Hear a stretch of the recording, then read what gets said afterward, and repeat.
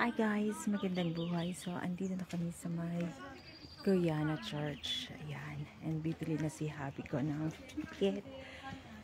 Kasi meron siyang entrance ticket. So, ayan na siya. Bibili siyang ticket. Ayan. And pupunta na kami doon sa may church. Tingnan natin kung anong importance nito dito. So yan, so dyan ka bibili ng ticket. So this is the ticket. Guyana Church.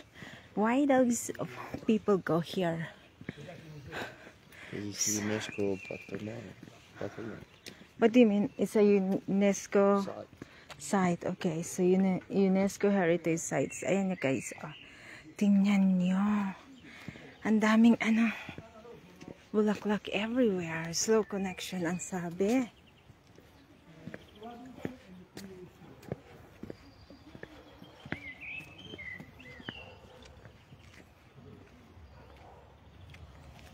So, ayan si Habi ko. So, ayan yung church. Ganyan lang siya guys kaliit. Pero dinadayo siya ng mga tourists. Siyempre, ito ako. Yan. Pasensya na wala akong filter. Hindi ako nag-filter. Ang daming flowers. O, tinanim siguro nila ito dito. Pero yung iba parang wild lang. Tumutubo lang siya. Ang ganda. So, eto guys, yung church. Ayan. Basahin natin kung anong importance ng simbahan na ito. Bakit siya dineclared na UNESCO Heritage. Ayan. Ay, wala pala akong sound still. Dala ko na dala. What's this? Eminent archaeologist Professor Byzantine Archaeology at the College de France at the Harvard University, member of the French academic. This inscription unveils the tours of the American Arts and Science and of the Bulgarian Academy of Science, one of the founders of Byzantine art studies in the 20th century, and author of the first publication, The Church of Boyane in Advanced Art Bulgaria, 1896 to 1990. So yan. So yan siya guys. Why? For admission and lecture, only 8 persons are allowed inside at one time. Duration of stay is only minutes. The consumption of food and drink within the park is prohibited. But phone is not prohibited. So it's okay. So yan yung mga bawal. Ang ganda. Yan mga tulips. Ayan o. So let's just go a tour around outside the church. So yan, may mga Italians din na paparating. So ganun siya. Let's go a little tour around. Oh, you just want to wait here? Let's wait here. So yan, nag-iintay pa tayo ng kasi kailangan 8 minutes. So kailangan natin maghintay ng 8 minutes. Kasi kailangan 10 people. Ragazzi, voi avete Vani? Avete voi i biglietti? Avete presi? Io è mio. È mio?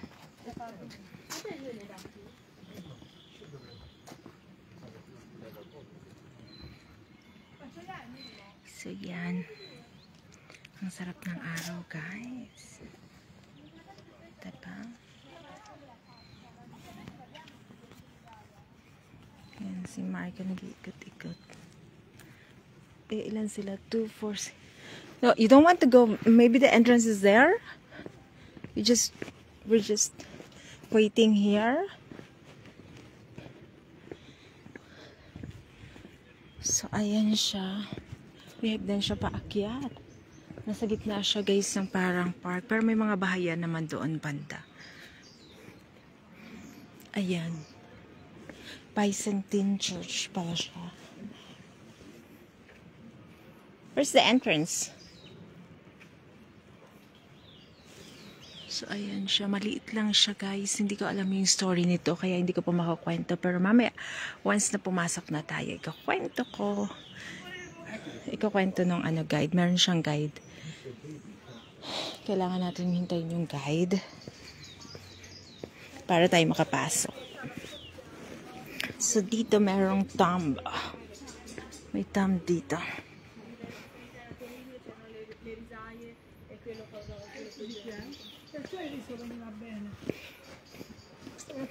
Ah, Eleonora, Queen of Bulgaria. Regina di Bulgaria. 12 settembre morto, 2 giorni prima di me. Sì, Blessing and the merciful. Blessed to be sepultura, merciful foundation. Okay. So, 1860, born 22. Born August 22 to 1860. Died on September 12, 1917. So, namatay siya ng 1917, 83 years old. Okay, so yan, ganito yung tsura niya, guys. Yan yung kanyang tomb, Queen Eleonora of Bulgaria. Tanda na siya namatay. What? We can go inside now?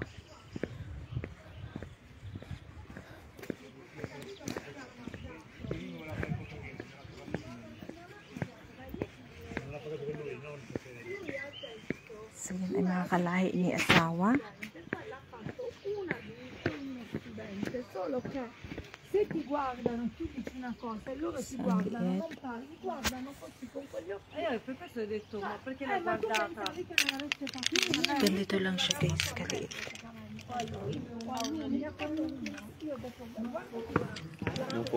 Okay.